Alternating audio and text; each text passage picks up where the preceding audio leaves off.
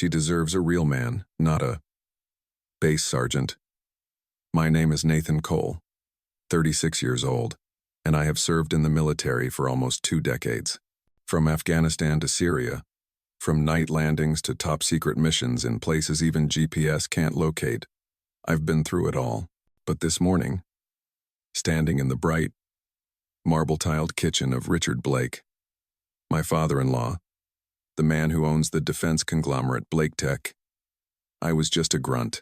He held his coffee cup with his left hand, his right hand pointing directly at my face as if lecturing a useless student. My daughter used to date an orthopedic surgeon. You know? He just bought his second house in the Hamptons. And yet she chose you. Richard shook his head as if he were the victim of a century-long scam. Base sergeant, right? Or do you work in the quartermaster's store? That's fine. Who knows? Maybe later you can develop into a school security guard. Evelyn, my wife, sat by the dining table, silently stirring her mint tea as if it held the answers to all the problems in our married life. She said nothing, didn't look up at me, not even a glance. You never explain what you do. Richard continued, his voice now no longer just sarcastic, but triumphant. I tried asking, but Evelyn said you work in logistics? Delivery? Something? What I heard was you have nothing. I looked at him slowly, not arguing. It wasn't the first time Richard Blake had humiliated me, but this time, something was different. Perhaps it was Evelyn's silence. Perhaps it was her eyes, an evasive, lost look. No longer the patience of a wife, but shame. Because of me. Because of the husband she thought couldn't hold his head high in her father's mansion. Aren't you saying anything? Richard laughed. At least defend yourself. Or does the army not teach that? Or in your unit, is bowing your head enough for promotion? I stood up, slowly taking my jacket from the back of the chair. You're right, I said, my voice calm. Evelyn deserves better. Silence enveloped the kitchen. Evelyn looked up, confused. Richard recoiled slightly, astonished. I didn't wait for them to ask again. I turned, walked through the oil painting-lined hallway, opened the door, and stepped outside. Not another word. Not a backward glance. The November morning air was biting cold, but I felt lighter than ever. And as the mansion gate closed behind me, I knew one thing for sure. I had had enough. I met Evelyn in circumstances that even now feel like they happened in another lifetime. That year, my unit was deployed to provide medical support to a refugee camp on the Turkish border, an unofficial mission, not on any report. Evelyn was then a volunteer doctor, her hair tied up, so thin that her white blouse seemed to swallow her whole. But she stood there amidst the cries, dust, and even the smell of blood, more steadfast than any soldier I had ever known. She looked up at me as I carried a blood-soaked child into the first aid room. Put him here, I can handle it, she said, her eyes unblinking. I placed the child down, and for the first time in years, my heart skipped a beat. We talked after our shift. The night at the border was cold as steel. She shared half of her last protein bar with me. No one asked where the other came from, or what they did. In that place, titles, ranks, positions were meaningless. We were just 2 living people in a dead zone. A few months later, I secretly returned home. She also went back to the hospital. I found her through an old email address on a piece of MRE packaging. And then, coffee dates turned into long evenings, jokes interspersed with surgeries and mission reports. Evelyn made me feel seen not as a soldier, but as a person. I proposed to her with a ring I picked out myself on the way back from a mission in Africa. At that time, I didn't have a ring box, just my hand and a promise. She nodded. I don't think I'd ever been so happy. We got married after 14 months, a small ceremony in her mother's backyard. I wore my dress uniform. Evelyn wore a white linen dress, not a wedding gown, just the dress she wore on our first date. Everything was perfect except for one person. Richard Blake couldn't hide his contempt. When I bowed to him, he shook my hand like he was shaking the hand of someone who owed him money. I thought at least she'd marry someone with a stable job, he whispered as I walked past.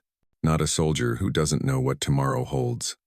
I smiled, not responding, because I was used to it. That was the price of the mission I was on: silence. Secrecy. Sacrifice that no one saw. I never told Evelyn the details of my work, not because I didn't trust her, but because I wasn't allowed to. My true identity, true role, all were encoded in top-secret files. On paper, I was a logistics public affairs sergeant. I lived on a base, not on any map, went to work on irregular schedules, and was away for long months without anyone asking why. At first, Evelyn accepted it. "As long as you come back," she said. But time has a way of eroding trust. When her father asked what I did, I could only repeat vague phrases. Logistics, technical, operational support, all true, but not the whole truth. And I began to see in Evelyn's eyes the look I had seen in those who doubted me on the battlefield, a look waiting for me to prove myself. I thought love would be enough to compensate, that as long as I was alive, still came back, still loved her, all the gaps would be filled. I was wrong.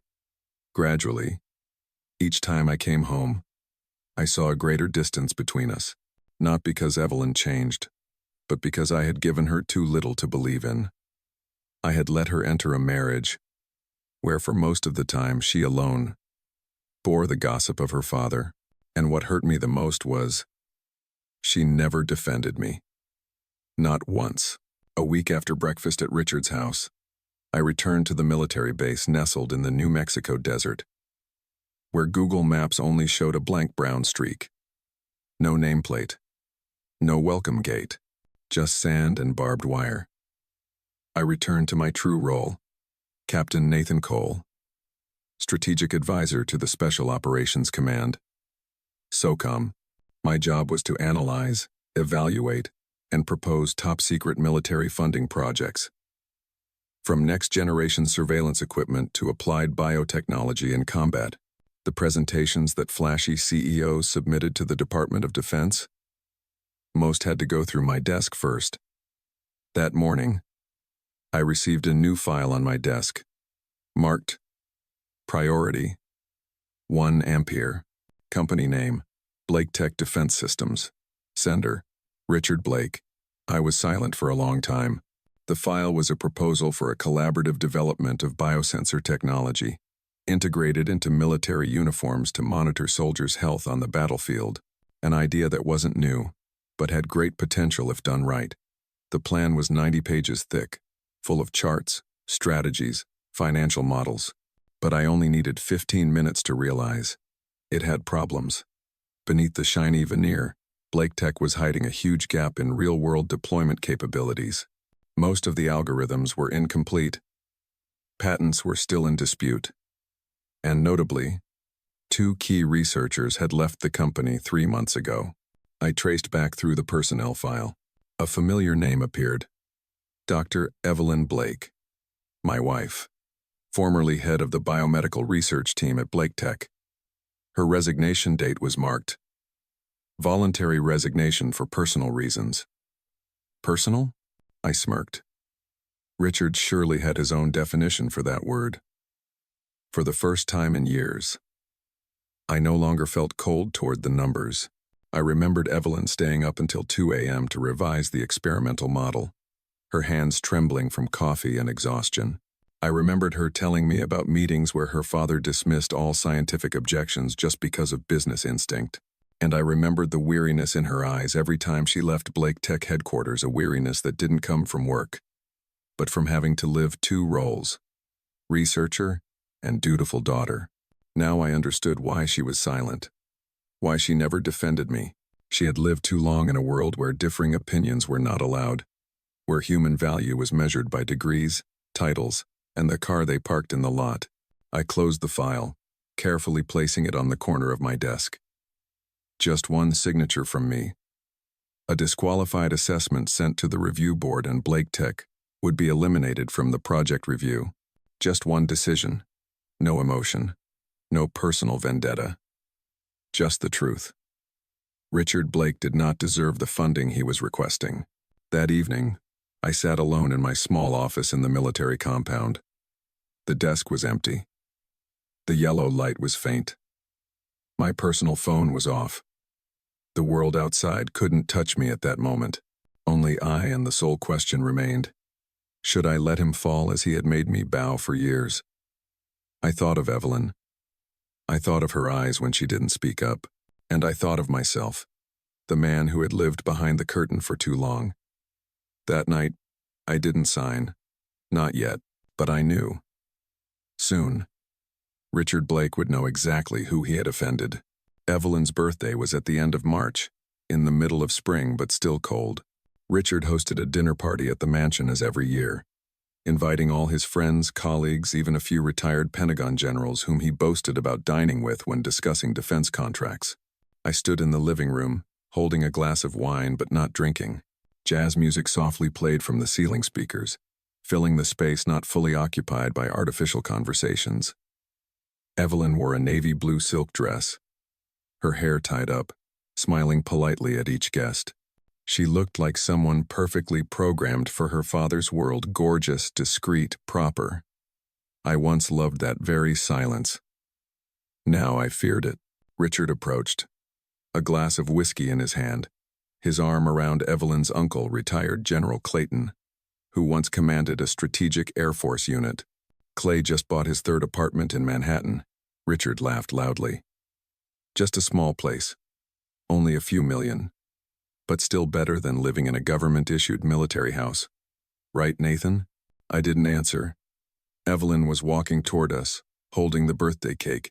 I felt my palms getting hot. What about you, Nathan? General Clayton asked, polite but clearly, with a hint of friendly mockery. Have you bought anything new lately? A car, a house, land, or at least a medal? Some people chuckled. Richard put his glass down, raising an eyebrow. Oh, Nathan doesn't like to show off, he said, trying to sound kind. He lives simply, practically, doesn't need a yacht, doesn't need a penthouse. Just a bed in the barracks and a 3-course meal from the military canteen is enough. I looked at Evelyn. She avoided my gaze. She pressed her lips together, saying nothing. It was that silence again. That silence made me feel empty and alienated from the very woman I once thought was my home. Richard fully turned towards me, his gaze no longer hidden. Tell me the truth, Nathan.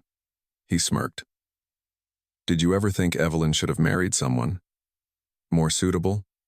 A doctor, a leading researcher, someone that when she brought him home, I wouldn't have to explain to my friends that she married a logistics sergeant. Something inside me broke. Not anger, I had learned to suppress that long ago, in places where losing control meant death. This breakage was an awakening, quiet and clear. I realized I was standing in a room full of people, but suffocatingly alone. Not because of Richard's words. I had heard him humiliate me enough, to the point where it slid past me like wind through armor. But because of Evelyn, the only person I had ever allowed myself to be vulnerable in front of, the one I had thought would stand amidst all the noise and say, enough. She didn't. She never did. And now I understood. Perhaps she never intended to. I stood up, slowly. I put the wine glass down as if I were leaving a meeting, not a birthday party. I put on my jacket. No apology, no goodbye. You're right, I said, my voice as steady as marching boots. She deserves better. The crowded room fell silent. Evelyn froze in place, as if she had just been slapped. Richard was momentarily stunned, as if he hadn't expected to win so easily. I leaned down and gently kissed Evelyn's forehead. The warmth of her skin touched me, like something once familiar. But now, only a memory. Happy birthday, I whispered. Then I walked away. Through the living room, through the garden perfectly designed like the life Richard wanted for his daughter, through the iron gate that opened onto the long road leading to the real world, where no sergeant had to bow before someone who once thought himself invincible. Behind me, a voice called out, "Nathan, wait!" I didn't stop. Didn't look back. No need anymore. Because for the first time, I no longer felt like the one who needed permission to leave. I wasn't the husband who had to prove his worth, not the logistics sergeant, not the shadow beside Richard Blake's daughter. I was myself. And from that night on, I knew one thing for sure. The one who was once most despised would be the one they had to beg for a chance from. I drove away from Richard's mansion at 9:12 p.m. No radio, no podcast. Just the steady hum of tires on asphalt, and the silence echoing in my chest with every heartbeat. I used to think I would forgive, that no matter how much I was looked down upon, I could overlook it for Evelyn, for love, for something greater than myself. But tonight, as I turned my back and left that dinner party, I knew one thing. The only greatness left was self-respect, and I had let others trample on it for too long. When I got back to the barracks, I didn't go into my room right away. I sat in the car for another 10 minutes, staring straight at the closed gate, my hands gripping the steering wheel as if holding something waiting to be broken. My job didn't allow for emotional display. No anger, no breaking down, no losing control. But I had lived long enough to understand.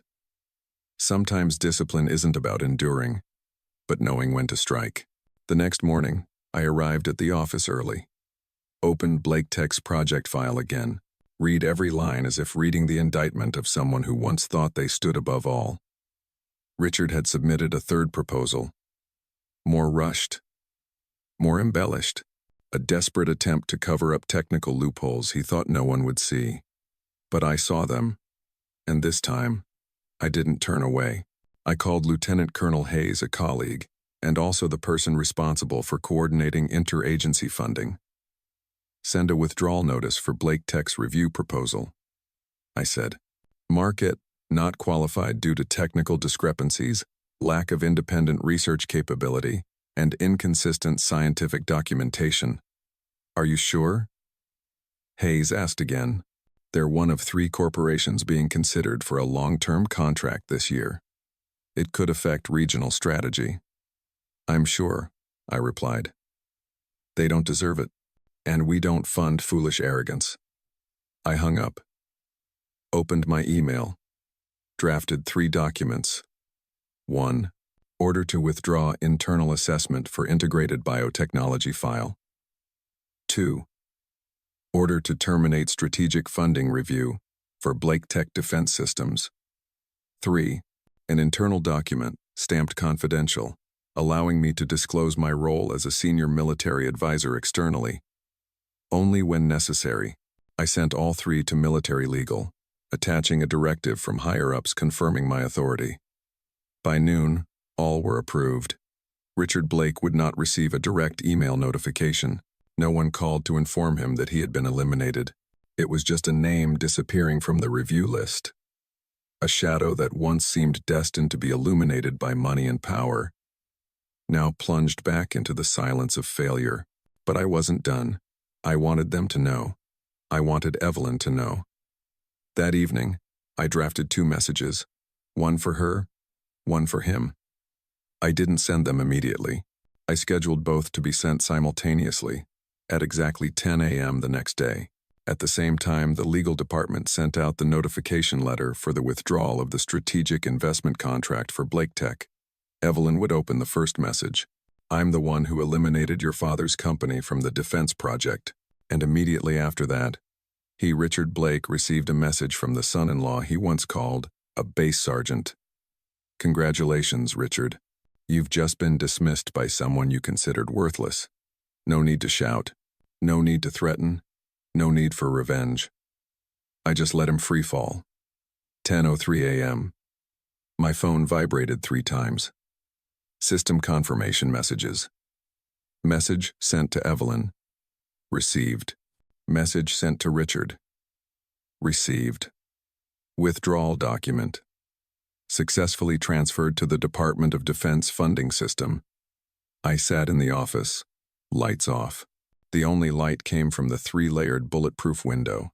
Outside was the empty space between the base and the world, where no one knew who I was and where I chose to disappear from shallow gazes. 20 minutes later, my phone rang. Evelyn. I saw her name on the screen. For the first time in weeks, I realized my palms were sweating. I answered. Nathan? Her voice was hoarse. Broken. I just got a message. Are you kidding? I didn't answer immediately. I heard her breathing heavily, like someone who had just run uphill. Is it you? She whispered. You're the one who pulled out of the contract? You have that power? Not pulled out, I said, my voice even. It's disqualified. I heard her choke. What do you really do in the military? She asked, as softly as a pin drop. I exhaled slowly. I'm a strategic advisor to the Special Operations Command. All funding proposals related to military technology go through me for preliminary review. Even your father's company. Silence. For a long time. How long have you been hiding this from me? Since we met. So everything you told me about your job, title, income, where you lived. All partly true. But not everything. She laughed, not a laugh of relief, but the distorted sound of someone who had just discovered they had been living in a house without foundations for 5 years. So what is all this? A test? A power play? No, I replied. It's a choice between staying silent and letting others continue to insult you, or showing them who truly holds the knife. You could have handled him differently. I waited 3 years. 3 years, Evelyn. Every time I was humiliated, I looked at you hoping you would speak up, just once. Just once say to him, stop, that's my husband. But you never did. You don't understand, she whispered. He's not easy to confront. He's my father. And I'm your husband. Another silence. Longer, heavier. Do you know what will happen to his company? She asked. Hundreds of employees. Projects in progress. If not for that contract. I know. And I don't care. My voice sharpened for the first time. None of you cared about the consequences when he humiliated me in front of a crowd of people. No one cared when I was seen as a burden, when I had to sit there, pretending not to exist, just so you could feel comfortable in front of your father. I'm sorry. It's too late, Evelyn. I spoke her name softly, like the last time I called something that no longer existed. Love doesn't mean silence, and marriage isn't a social contract where one person has to live in the shadow of the other. I did the right thing. I protected myself. With everything I have. You destroyed my family. Number. He did that himself. I just showed him the consequences. Her voice choked. I don't know what to do anymore. You don't have to do anything, I said. We're done.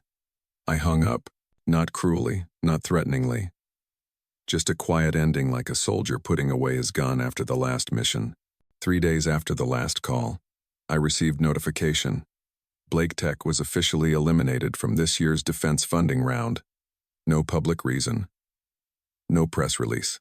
Just a red mark in the system. And a door closed forever. I received no more news from Evelyn. No more messages. No more emails.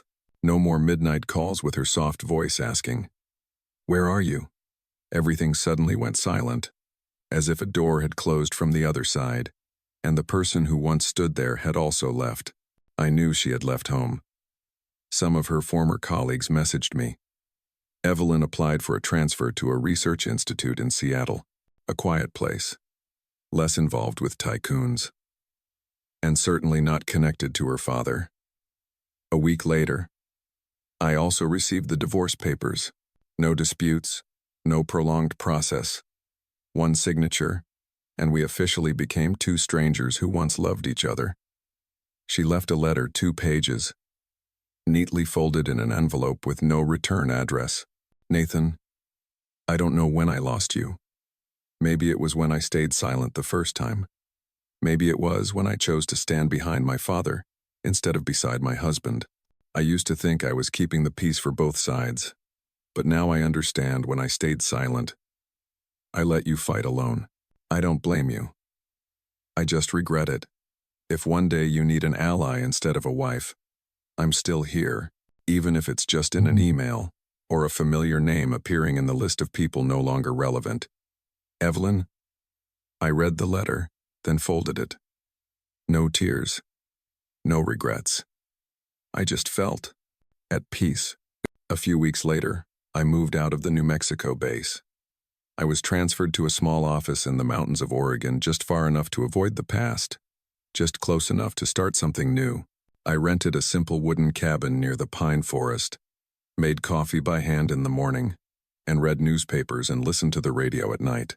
I still did the same job, evaluating strategic proposals, approving things no one outside the military had ever heard of. But this time, I did it in a room where no pressure forced me to pretend to be someone else. Richard Blake?